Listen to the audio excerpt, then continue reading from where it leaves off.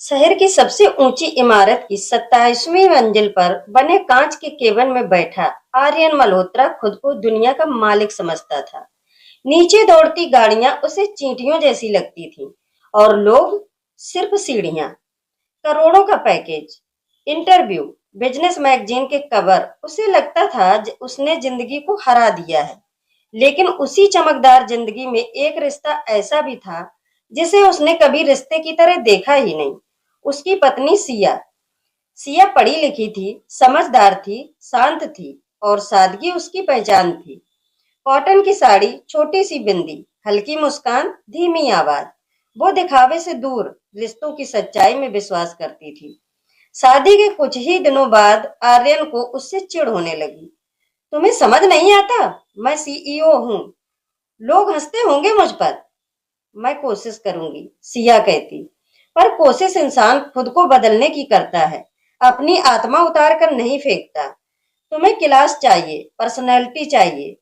तुम बिल्कुल मेरी इमेज खराब कर देती हो। ये शब्द सिया के कानों में रोज पिघले शीशे की तरह उतरते थे। हर सुबह ताना, हर शाम अपमान।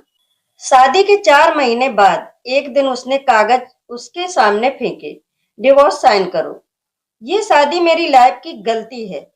उस दिन सिया ने बहुत कम रोया था, क्योंकि जब दिल पूरी तरह से टूट जाता है तो आंसू भी हार मान लेते हैं। वह घर छोड़कर चली गई, एक सूटकेस, कुछ किताबें और बिखरे सपनों के साथ। 5 साल बाद भीड़ भाड़ वाले मार्केट में सब्जियों की खुशबू, आवाजें, मोल भाव के बीच वही सिया टोकरी में टमाटर चुन रही थी। नीली कॉटन की साड़ी, सलीके से बंधा जूड़ा, चेहरा शांत, पर अंदर कहीं एक पुराना घाव अभी भी जिंदा था। तभी उसके पास एक चमचमाती कार आकर रुकी। दरवाजा खुला। आर्यन उतरा। महंगी घड़ी, महंगा सूट, वही अहंकार। साथ में उसकी गर्लफ्रेंड नताशा। हाई हील्स, तेज परफ्यूम, तेज आवाज। उसने सिया को देखा और होठों पर तिरछी मुस्कान आ गई। ओहो, कॉटन साड़ी अब तक नहीं गई? नताशा खिलखिलाई। ये तुम्हारी एक्स है? तुमने बताया नहीं, इतना सिंपल टेस्ट था तुम्हारा। सिया चुप रही। आर्यन ने कार्ड निकाला, उसकी तरफ बढ़ाया। मेरी शादी है, आ जाना। अच्छा खाना मिलेगा, ऐसी जगह शायद तुम्हें नसीब ना हो। नताशा बोली, हाँ, गरीब लोग शादी में फ्री खाना खाने आते हैं ना। दोनों हंसते हुए चले गए। सिया ने कार्ड पकड़ा, हाथ कांप रहे थे, पर आंखों में आंसू नहीं थे, सिर्फ एक गहरा सन्नाटा था। घर का दरवाजा खुला तो सामने विवान था। आ गई मैडम पार्टनर, उसने मुस्कुरा कर कहा। फिर चेहरा पड़ते ही मुस्कान उतर गई। क्या हुआ? सिया ने सब बताया। कुछ पल चुप्पी रही, फिर विवान हंसा। शादी है, चलेंगे ना? वो हमें जलील करेंगे, सिया ने कहा। नहीं सिया, इस बार कहानी उल्टी होगी। और सिया की आंखों में पहली बार दर्द के साथ हल्की चमक भी आई। तलाक के बाद सिया को एक छोटी कंपनी में नौकरी मिली थी। वहीं मिला था विवान। साधारण कपड़े, पर आंखों में आग कुछ कर गुजरने की।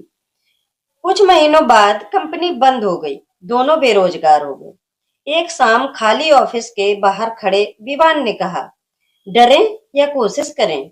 सिया ने जवाब दिया, कोशिश करते हैं। घर से छोटा सा काम शुरू हुआ। छोटे होम प्रोडक्ट्स, खुद पैकिंग, खुद डिलीवरी और खुद ही हिसाब। कई रातें भूखे पेट गुजरी, कई बार ऑर्डर कैंसिल हुए। लोग हंसे, दो बेरोजगार बिजनेस करेंगे, लेकिन वे डटे रहे। धीरे धीरे ऑर्डर बढ़े, एक यूनिट फिर दूसरी।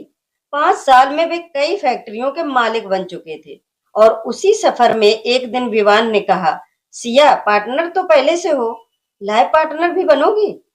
उस दिन सिया ने बिना डर के हाँ कहा था। उधर शादी का हॉल रोशनी से जगमगा रहा था। सैकड़ों की संख्या में मेहमान मौजूद थे। हंसी ठहाकों का दौर चल रहा था।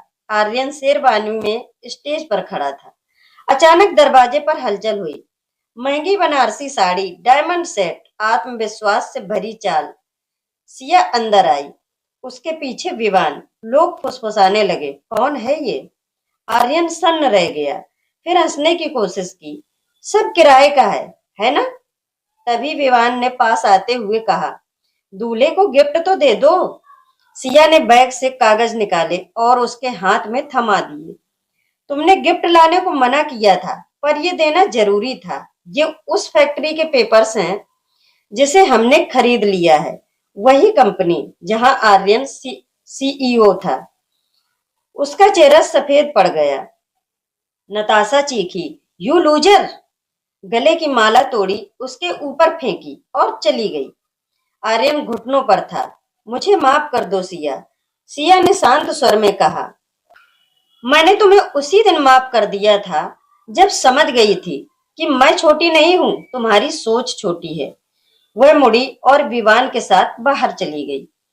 आज उसकी चाल में दर्द नहीं था, सम्मान था। लोग जो कॉटन साड़ी पर हंसते थे, आज उसी सादगी ने हीरे पहन लिए थे। और सबसे चमकीला गहना था आत्मसम्मान। कहानी अभी खत्म नहीं हुई थी। उधर हॉल के बाहर रात की ठंडी हवा चल रही थी, लेकिन आर्यन मल्होत्रा के माथे पर पसीना था। स्टेज की चमकती लाइट्स अब उसे चुभ रही थीं। कुछ मिनट पहले तक जो आदमी खुद को राजा समझ रहा था, अब उसी के हाथ कांप रहे थे। शादी का शोर धीमा पड़ गया था। लोग फुसफुसा रहे थे। कैमरे जो दूल्हे की मुस्कान कैद करने आए थे, अब उसके झुके सिर को रिकॉर्ड कर रहे थे। उसके हाथ में वे कागज अब भी थे, ट्रांसफर डॉक्यूमेंट्स, स्टैंप साइन, सब असली। कंपनी जिस पर उसे गर्व था, अब उसकी नहीं थी। दूसरी तरफ पार्किंग में सिया कार में बैठी थी। बनारसी साड़ी की चमक से ज्यादा उसके चेहरे पर शांति की चमक थी। विवान ड्राइविंग सीट पर बैठा उसे देख रहा था। ठीक हो? उसने धीरे से पूछा। सिया ने गहरी सांस ली। आज पहली बार लगा, भगवान देर करते हैं, अंधेर नहीं। उसकी आंखों में आंसू थे, पर ये दर्द के नहीं थे। ये उस बोझ के उतरने के थे जिसे वह 5 साल से ढो रही थी। उधर हॉल के अंदर नताशा जा चुकी थी। मेहमान धीरे धीरे खिसक रहे थे। आर्यन की माँ पास आई। क्या हुआ? आर्यन ने कांपती आवाज में कहा। कंपनी चली गई। माँ कुर्सी पर बैठ गई।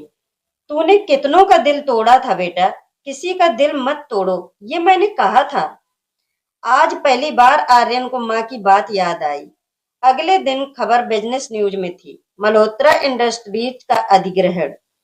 इंटरव्यू के लिए जो पत्रकार पहले आर्यन के पीछे भागते थे, अब नए मालिकों का नाम पूछ रहे थे।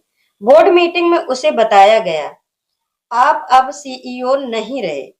उसकी कुर्सी, केबिन, नाम की प्लेट सब छिन गया। जो दोस्त रोज कॉल करते थे, अब बिजी थे। वहीं दूसरी तरफ सिया और विवान अपनी नई फैक्ट्री में कर्मचारियों से मिल रहे थे।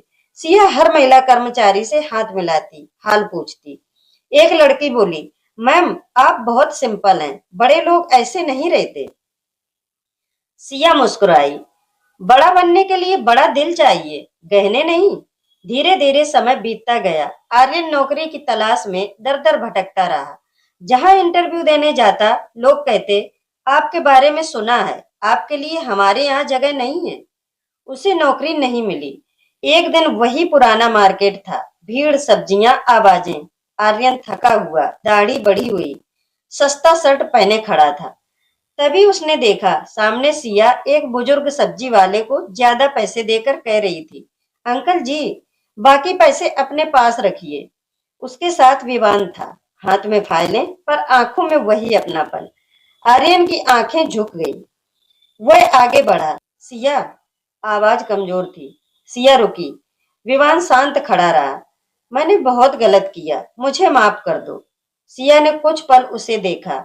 उसमें अब वो अहंकार नहीं था, सिर्फ पछतावा था। माफ तो तुम्हें पहले ही कर दिया था आर्यन, उसने धीरे से कहा।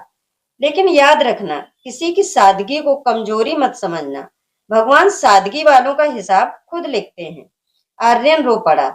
वह मुड़ा और भीड़ में खो गया। शायद पहली बार उसे समझ आया, हार पैसे से नहीं, सोच से होती है। सिया और विवान कार में बैठे। विवान मुस्कुराया। कहानी पूरी हो गई।